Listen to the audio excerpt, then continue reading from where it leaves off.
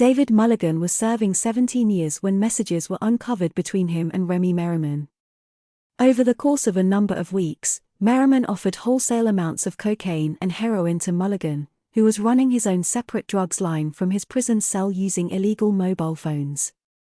Minchell Street Crown Court previously heard officers analyzed Merriman's iPhone 11 and uncovered a number of incriminating WhatsApp messages. A snapshot of the messages over a 7-week period revealed that Merriman organized the sale of 1.82 kilos of heroin worth between £72,000 and £109,000, and 2.33 kilos of cocaine worth £116,000. In other messages, Lister asked for work from Merriman and later asked for half a job, which the court heard means half a kilo of drugs.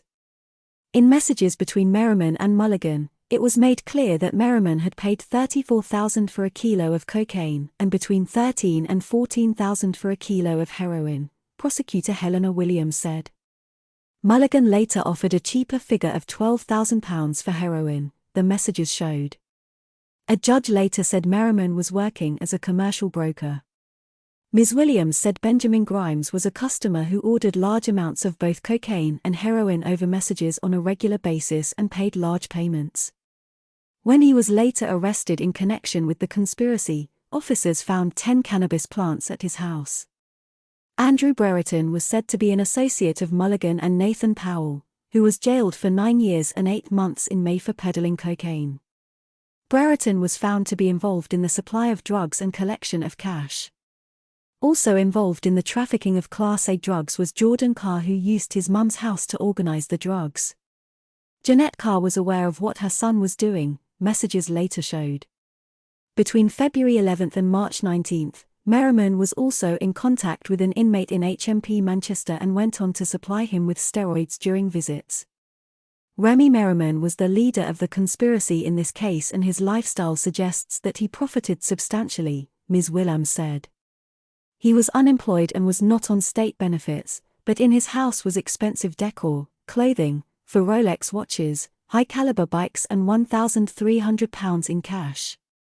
The prosecutor said there was also evidence within the messages that he had access to an encrypted phone, or encryphone, but this was never recovered. During sentencing, Judge John Potter said, "Those who involve themselves in the trafficking of drugs can expect to receive significant sentences of imprisonment.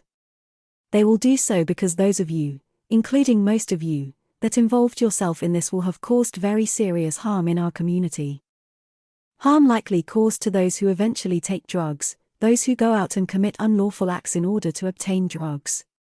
Some have remarked that the availability of drugs in our community is like cancer, such as the harm it causes. Each of you have caused such a cancer to grow." Remi Merriman was jailed for 12 years after admitting conspiracy to supply drugs, and 2 counts of conspiracy to convey an article into a prison. David Mulligan was jailed for 7.5 years after pleading guilty to conspiracy to supply drugs.